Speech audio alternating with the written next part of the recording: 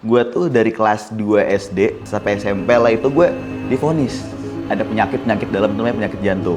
Sampai di fase yang keluarga gue itu sampai jual rumah demi pembiayaan rumah sakit gue. Kalau misalnya sistem penjoki itu, kalau misalnya itu akun nggak kelar, lu tuh nggak boleh tidur. Bahkan kalau misalnya lu kalah sekali, 2 kali, itu pasti lu dimaki-maki sama bosnya. Itu bener-bener separah itu. Bukan cuman dimarahin doang. Itu sampai nama kita tuh dibikin jelek. Misalnya kita ada kalah sekali segala macam, itu kita langsung diviralin di sebuah grup penjoki gitu. Gue tuh pro player bukan, selebgram juga bukan. Gue cuman orang biasa yang pernah ngerjain di store orang aja. Jadi walaupun pada saat itu gue cuman ada 5 customer, itu setiap hari gue chat, Mas apa kabar, gimana harinya segala macem. Itu yang bikin sampai sekarang tuh customer tuh loyal, order terus ke kita. Walaupun kita tuh bukan siapa-siapa.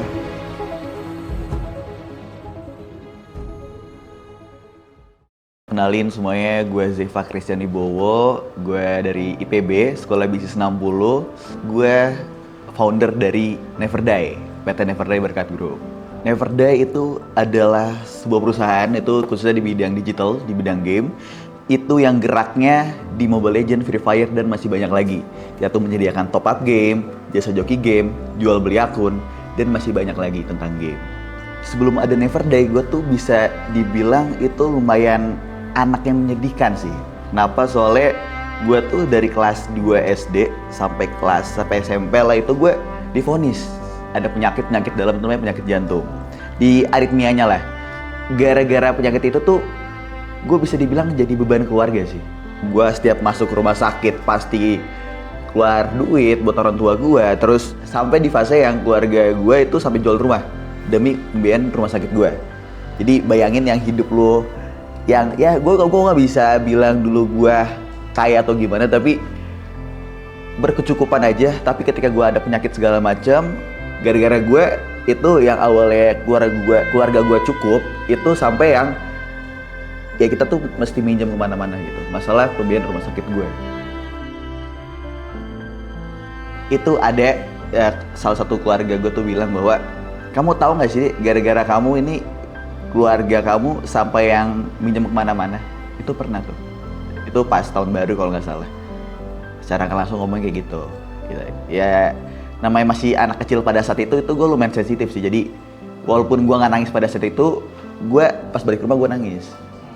Mungkin ada yang secara gak langsung juga pernah, keluarga besar gue segala macam. Tapi kalau misalnya ditanya gue benci apa enggak, pada saat itu pasti gue sakit hati, bahkan sampai nangis gitu kan. Tapi makin lama, gue jadi kebal aja sama semua omong-omongan mereka gitu. Orang yang paling percaya dari dulu sampai sekarang itu nyokap gue sih, mama gue. Kenapa? Soalnya di saat terendahnya gue, itu yang gue punya penyakit segala macam, cuman nyokap gue, cuma nama gue doang tuh yang pede bilang ke keluarga gue bahwa ini si Zefa bakal jadi orang hebat. Cuma nyokap gue doang. Dan itu kata-kata nyokap yang masih gue pegang sampai sekarang.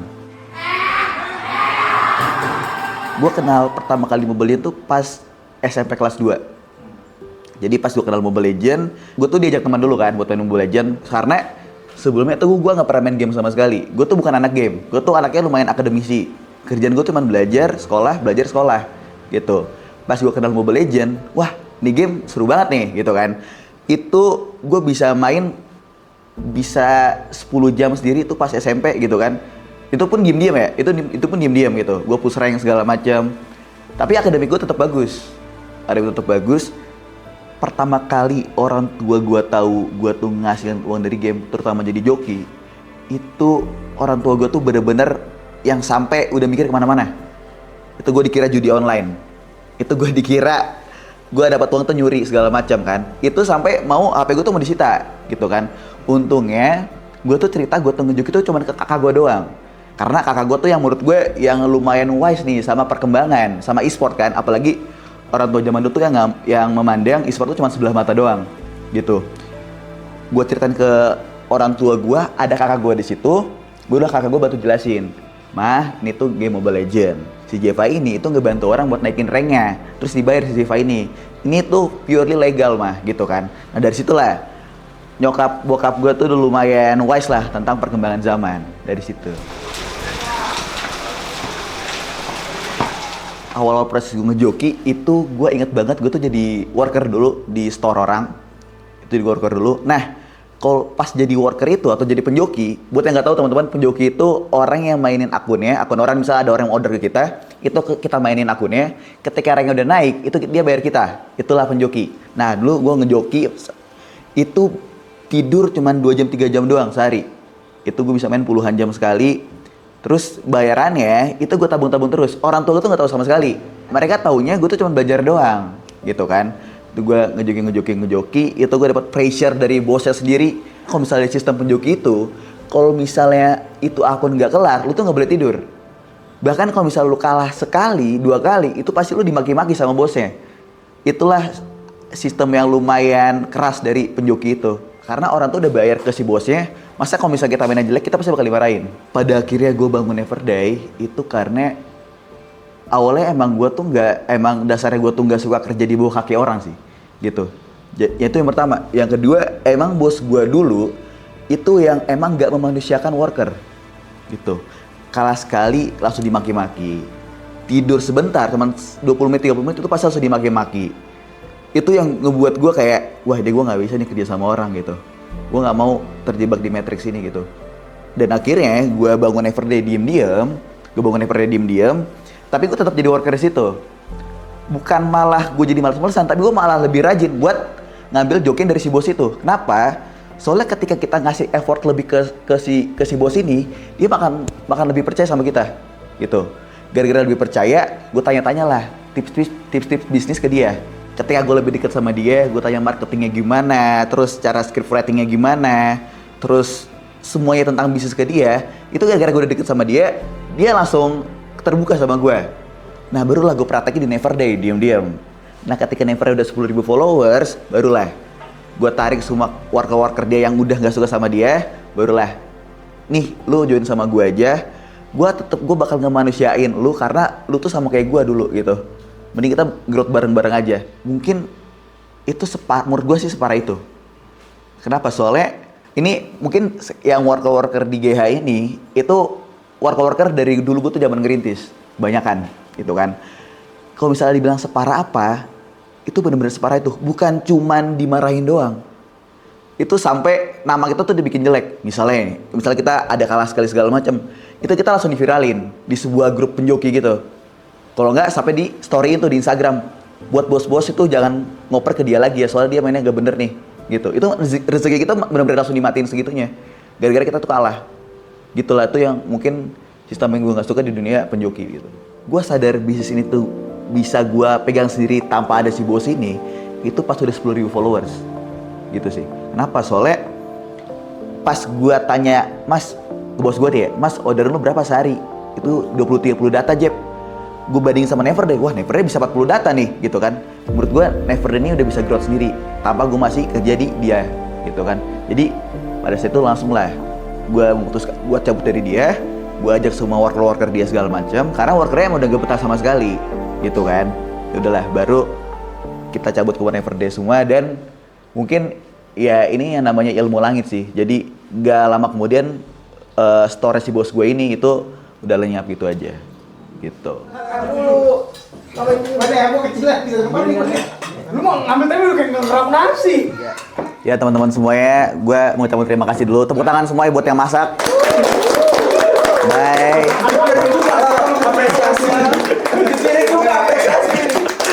Oke, sekarang kita makan. Alangkah baiknya kita untuk berdoa dulu.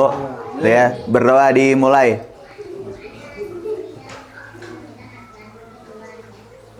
Amin. Berdoa selesai. Selamat makan semuanya. Ut, gimana Ut? Kita setelah liburan gini, lu kayak merasa lepas gak sih dari joki-jokian biasa ya? Lega banget ini. Lega bener mas. Kagak ada tekanan. Kalau Dan? Lega banget gua. Lega banget asik. Parah, akhirnya. Asik ya? Parah, asik banget. Seru. Seru banget ya? Parah, men. Gimana? Kita setelah liburan kayak gini, itu lu ngerasa penat lu hilang gak sih? Dari Waduh, sangat hilang penat. Sekarang kita liburan dulu. Besok lanjut bertarung awal season lagi. Makan dulu, Bang. Kalau di sebelah sini, penatnya hilang gak? Parah sih, kayak satu hari lepas dari Mobile Legends tuh kayak ngeri sih. Enak. Gue juga ya. Udah pasti enak parah. Enak banget ya. Enak banget ini kayak. Berarti besok udah semangat lagi nih. Semangat besoknya. Gua bantai-bantai. Pertama kali gue punya pelanggan di Neverday. Itu gue inget banget, itu hari Sabtu sore tuh gue inget banget. Tuh, sampai sekarang gue tuh inget tuh, udah 4 tahun 5 tahun lagi tuh, lalu itu ada yang order, kalau misalnya teman-teman tahu ya, itu dari rank epic ke mythic. Itu gara-gara gue nggak punya rekening tuh pada saat itu, gue suruh transfer ke bank bokap gue. Ketika gue inget banget tuh nominalnya 200.000. Ketika customer udah transfer, kita nggak punya banking kan, itu kita ke Alfamart dulu. Gue berdua sama nyokap tuh ke Alfamart buat ngecek kan, bener nggak sih ini 200.000 masuk? Beneran 200.000 masuk. Barulah itu pertama kali gue seneng banget tuh. Ada pertama kali orderan, apa ya, kayak kelas 3 SMP, iseng-iseng buat store joki, nggak ada sama sekali marketingnya, itu ada yang order gitu. Barulah dari situ gue seneng banget, langsung lah itu akun gue kerjain secepat-cepatnya, barulah bahkan gue bonusin tuh akunnya, baru gue kasih ke dia. Masalah pertama yang gue rasain itu masalah trust sih sebenarnya. Karena pada saat itu gue tuh bukan siapa-siapa, pro player bukan, selebgram pun bukan, itu masalah trust. Gue cuman based on, gue tuh penjoki udah pernah ngerjain di store orang aja. Makanya ketika ada satu orang itu percaya customer pertama gue tuh seneng banget gitu. Ini jangan-jangan malaikat yang order nih gitu kan. Terus masalah kedua itu adalah masalah waktunya sebenarnya. Karena gue pada situ itu sekolah juga, itu jadi gue mengimbangin waktunya emang agak sulit. Bahkan pada saat guru ngajarin pas SMA itu gue di belakang sambil ngejoki, bahkan sambil rekap Excel tuh. Itulah, itu mungkin masalah waktu tuh. Cara gue yang pertama adalah gue pasti, ini basic, itu kita ngebanyakin testimoni di Instagram. Itu pertama. Kedua, gue ngebangun personal branding. Awalnya di TikTok memang, TikTok segala macam. Jadi gue branding, karena branding itu menurut gue more than marketing. Jadi gue branding diri gue tuh jago banget main Mobile Legends, dengan storytelling gue, itu yang bikin orang tuh trust sama gue, gitu. Ketika orang trust sama kita, terus kita kasih kualitas yang terbaik, itu bakal loyal sama kita, gitu. Jadi walaupun pada saat itu gue cuman ada 5 customer, itu setiap hari gue chat, Mas apa kabar, gimana harinya segala macam. Itu yang bikin sampai sekarang tuh customer tuh loyal, order terus ke kita. Walaupun kita tuh bukan siapa-siapa, gue chat terus, Mas gimana nih, ranknya gimana nih, udah turun lagi apa belum nih? Sampai gue tanya kayak gitu. Tim Never Die ini, atau khususnya di penjoki Never Die ini, itu banyak banget sih latar belakangnya. Ada yang mantan guru, itu ada satu penjoki gue tuh mantan guru, itu gara-gara gaji guru tuh bener-bener sangat kecil pada saat itu gue chat dia, gue telepon malahan, Mas Feb mau ke Bogor gak gitu, buat jadi penjoki di sini aja, karena gue tuh bener-bener seprihatin itu sama gaji guru gitu kan. Apalagi dia tuh passionnya lebih ke main game gitu. Terus gue terbangin dia langsung ke Bogor, dan sekarang dia udah jadi talent Never Die, penjoki Never Die, bahkan dia masalah gajinya jauh lebih besar daripada guru gitu. Dan yang gue senengnya, dia tuh bisa lebih ngasih banyak orang tuanya sebenarnya. Pak Guru ini salah satu orang yang udah tahu gue sih. Jadi pernah pada saat itu gue kena masalah, itu duit gue tuh cuma 500 ribu. Itu tahun 2019 apa gimana. Itu Pak Guru pasti mau minjemin 500 ribu ke gue. Karena kalau misalnya gue nggak bayar 500 ribu itu, gue tuh bakal didramain di Instagram segala macam, karena ada suatu masalah lah itu kan. Itu Pak Guru dengan senang hati kayak, Ijep 500 ribu dipakai dulu, lu beresin masalah lu bisa bayar kapanpun lu mau aja. Padahal gue tahu dia tuh lagi kurang juga, gitu si Pak Guru ini. Barulah setelah itu, wah gue bakal sukses dan bakal ngajak dia one day buat kerja bareng ke gue di GH atau di kantor lah gitu kan. Dan itu salah satu yang udah tercapai sampai sekarang sih, si Pak Guru ini, gitu. Dulu tuh gua jadi guru tuh di tahun 2019, itu di sekolah pesantren itu. Nah, waktu itu saya jadi guru honor. Saya dulu tuh jadi guru bahasa Indonesia, sekalian sorenya itu saya melatih basket. Udah 2 itu tambahan, masih kurang. Nah, makanya saya kayak ya udahlah, saya cari tambahan lain gitu. Dan saya pun hobinya di game. Saya punya hobi di game, kenapa sih nggak saya cari duit di game juga gitu. Nah, kebetulan lah kenal sama Mas Jepa gitu. Makanya jadi penjoki sampai sekarang. Kalau kita dibilang berat jadi guru, ya sangat sih gitu. Kayak buat diri sendiri aja tuh jadi guru honor ya. Lebih tepatnya kayak masih kurang gitu buat diri sendiri. Apalagi kita sebagai laki-laki juga berkewajiban buat ngasih orang tua, ngasih adik juga kan. Jadi kayak kayak jadi guru segini, pendapatan segini, kayak saya juga pengen ngasih lebih ke orang tua, ke adik, jadi kurang kan, makanya saya cari cara lagi nih, apa yang bisa saya cara buat menghasilkan duit kan. Itulah salah satunya sebagai penjoki gitu. Sebenarnya parah sih, kalau kayak mana ya, itu sih yang harus ditekankan lah gitu buat guru-guru gitu. Bener juga sih apa kata pepatah lah kan, guru tanpa tanda jasa gitu. Beneran, memang jasa itu kayak udah ikhlas aja gitu. Gua tuh kenal Jepa tuh sekitar antara tahun 2018 atau 2019 lah. Itu di ujung guanya wisuda. Jadi sebelum wisuda tuh saya udah kenal sama Jepa, udah mabar gitu kan, udah kenal secara online lah gitu. Dan dia tuh ada tuh di suatu kondisi dia itu lagi di posisi susahnya gitu. Dan dia tuh kayak minjem duit, ada enggak gitu. Ya ada sih di kala itu. Dan kami pun berdua pernah jadi sama-sama jadi worker di satu store gitu. Yang kena marah lah, yang banyak lah itu kayak pahit hidupnya kami jadi worker gitu. Sampai sekarang malah dia jadi bos gua gitu. Jadi kayak oh udahlah gitu. Ya perasaan tuh kayak yang pertama senang sih gitu. Soalnya gua dulu kan lebih fokus ke guru, sedangkan dia lebih fokus ke dunia dia yaitu Mobile Legend kan.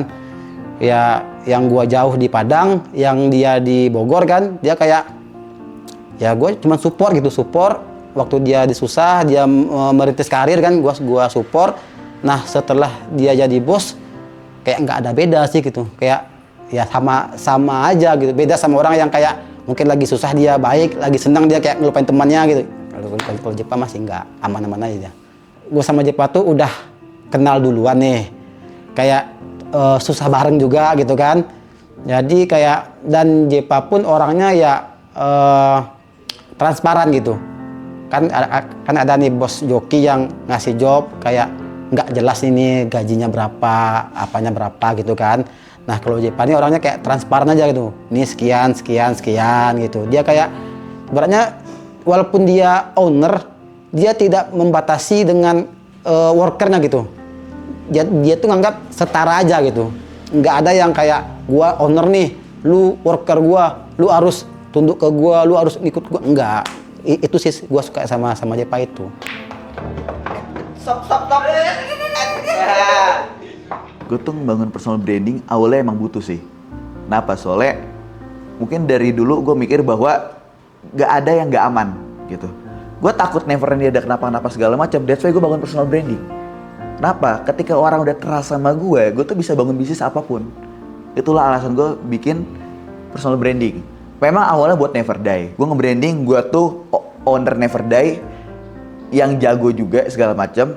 Itu biar orang banyak yang order. Lama-kelamaan itu gue switch.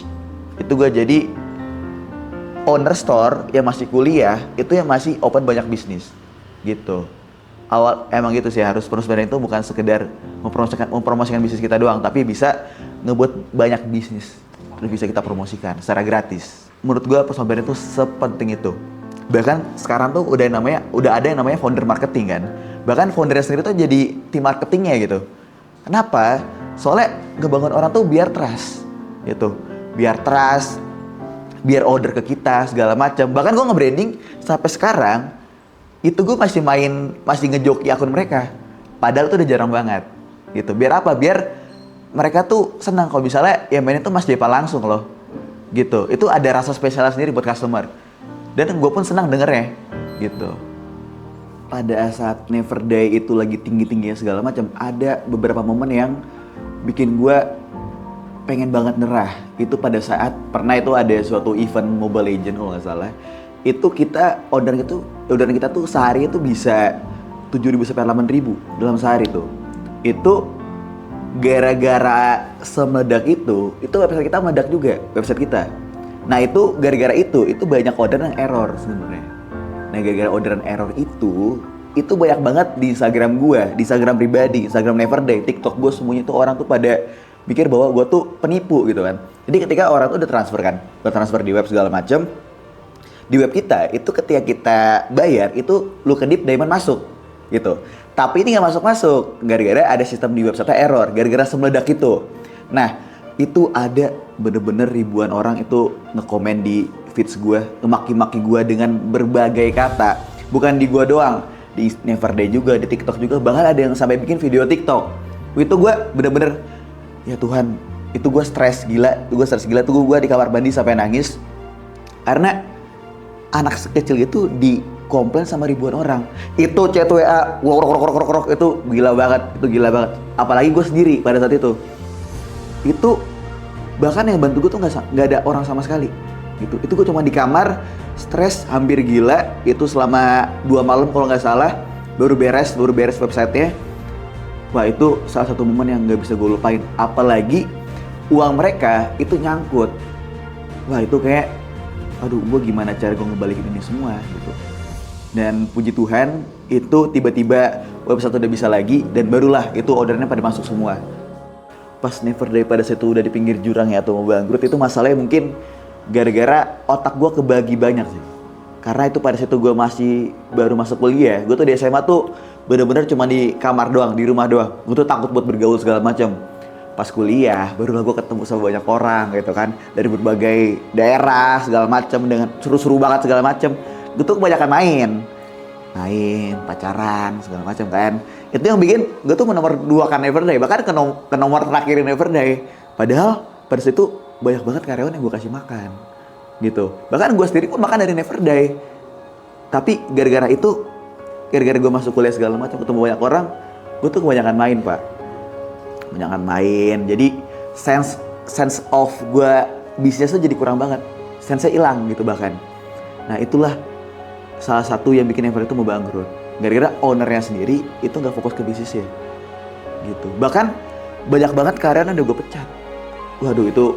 Gue sampai sekarang masih ngerasa bersalah. Tapi puji Tuhan banget, yang gue pecat itu udah gue tarik lagi gitu. Bahkan sampai sekarang udah ada yang jadi driver Gojek, driver ShopeeFood, ada yang jadi ngirim-ngirimin paket gitu-gitu.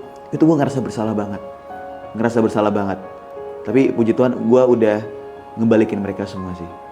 Gue tuh udah ngerasain banyaknya masalah, dan salah satu masalahnya adalah salah memilih partner gitu. Bahkan itu udah banyak banget uang yang keluarin demi mencari partner gitu kan. Dan kenapa sih Bang Ardan ini? Karena gue rasa dia tuh bisa nutupin blind spot gue sih. Dia bisa ngisi blind spot gue gitu. Maksudnya kalau misalnya anggapnya begini, kalau misalnya Timothy Ronald sama Kelima Sade, itu Kelima Sade masak di dapur, Timothy yang jualin. Nah, Bang Aran nih yang masak di dapur nih, gue yang ngejualin gitu. Dan masih banyak lagi sih, karena menurut gue partner itu bukan sekedar lu ngebagi profit bareng-bareng, tapi lu ngebagi beban sama tanggung jawab itu bareng-bareng gitu. Sama Bang Ardan ini tuh satu-satunya orang tuh yang gak mau ngejual angin surga sih. Angin surga dalam arti, gue kalau misalnya sama lu bakal ini. Itu dia gak jual sama sekali. Dia lebih bilang, lu lihat aja nanti kerjaan gue. Gue pun ke bawah sampai sekarang gitu. Gue gak banyak ngomong, gue bilang ke dia juga, lu lihat aja nanti kerjaan gue gimana gitu. Lebih kayak gitu. Gitu sih. Skill yang nyelamatin gue banget adalah skill storytelling sih. Gitu. Karena dengan gue bercerita, dengan gue membuat cerita, dengan gue masuk ke pemikiran orang-orang, itu salah satu yang bisa skill yang bisa nyelamatin gue. Storytelling. Storytelling itu skill yang bisa dibangun ke banyak orang sih. Bukan cuma media sosial doang. Media sosial juga gue pakai. Ke karyawan juga gue pakai. Contohnya apa? Contohnya ketika mereka ada masalah, gue tanya, lu lagi ada masalah apa sih? Coba cerita ke gue. Mungkin itu salah satu storytelling gue gitu. Gue bilang gitu ke mereka cerita ke gue kasih solusi, mereka jadi gacor lagi. Makanya storytelling itu kepake banget di kehidupan gue gitu. Definisi sukses menurut gue itu sebenarnya ada banyak, cuman yang paling adalah gue bisa ngebantu banyak orang. Itu sih, ngebantu banyak orang. Karena baik lagi, dari Neverday itu udah sangat amat ngebantu banyak orang sih. Mungkin kalau gue total dari awal bangun Neverday sampai sekarang, puluhan bahkan mau ratusan orang tuh udah kebantu dari Neverday gitu. Itu salah satu definisi sukses gue. Tapi apakah gue nyerah gara-gara gue udah ngebantu mereka segala macam? Belum. Karena target gue tuh gue bisa ngebantu ribuan orang sih. Itu kalau misal gue udah nge-achieve itu udah sukses. Yang terakhir adalah hidup tenang sebenarnya. Karena baik lagi ya Pak, pengusaha tuh itu 70% masalah. gitu kan. Gue pengen banget hidup tenang, itu udah sukses sih menurut gue.